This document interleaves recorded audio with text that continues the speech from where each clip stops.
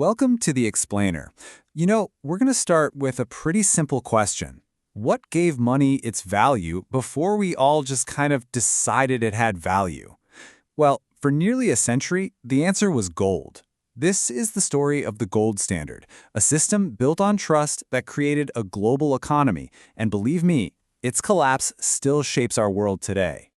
This quote from President Hoover really gets right to the heart of it, doesn't it? The whole idea was to anchor money to something tangible, something real and finite. It took the power to just print more cash away from politicians. It was a system built on one powerful promise. Your money was literally worth its weight in gold. And that is the central question we're digging into. The story of the gold standard is honestly a pretty dramatic one. It's a journey from being this ultimate symbol of stability to a system that just completely buckled under the pressure of war and depression, forcing the entire world to rethink what money even is. Okay, so before we get into the whole rise and fall saga, let's lay down the ground rules. What exactly was the gold standard, and how did it even work? It's a really simple but powerful idea. Think of it this way. Every dollar, every pound, or every franc was basically an IOU from the government.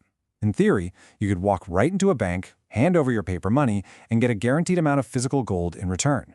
This meant the value of money was tied to something real, something limited.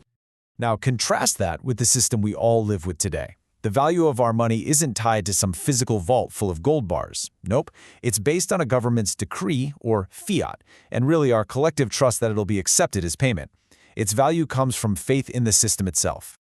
And right here, you can see the fundamental trade-off. The gold standard, it provides discipline. By limiting how much money can be created, it's designed to keep inflation in check. But what happens when a crisis hits? Well, that rigidity becomes a straitjacket. Fiat money, on the other hand, gives governments the flexibility to act, but, and this is a big but, that power comes with a huge risk, the temptation to print way too much and devalue the currency. So how did this idea go from just a theory to becoming the backbone of the entire global economy? Well, the story of its rise was kind of a slow burn, unfolding over the 19th century. Yeah, this was not an overnight switch. England really kicked things off after the Napoleonic Wars. The US kind of gradually moved in that direction, but the real tipping point, that was Germany's decision in 1871. Once the brand new German Empire joined in, it created this massive domino effect. By the year 1900, pretty much every major economy was locked into this single interconnected system. This period, from the 1870s right up to the start of World War I, is often seen as the system's true golden age. It fueled an absolute explosion in global trade and production. And for a little while there, it really looked like the perfect, stable foundation for a new globalized world. But that golden age of stability? It was about to face the ultimate stress test. And the massive, world-changing upheavals of the 20th century would expose the system's fatal flaws. And this is the critical turning point. The system's greatest strength, its rigidity, became its fatal flaw. To pay for a catastrophe like World War I, nations had to print massive amounts of money, so they basically had to hit the pause button on the standard. Then, during the Great Depression, they did the exact opposite. To protect their gold reserves, they jacked up interest rates, which starved their economies of cash and made the crisis even worse. So the very system designed for stability was now actively deepening the catastrophe. And this is where the dominoes really start to fall. In 1931, Great Britain, the country that started the whole thing, was the first major power to abandon ship. The US tried to hold on, but by 1933, facing a catastrophic banking crisis, President Roosevelt was forced to sever the link for citizens, stopping the panic drain on the nation's gold. The global system was officially crumbling.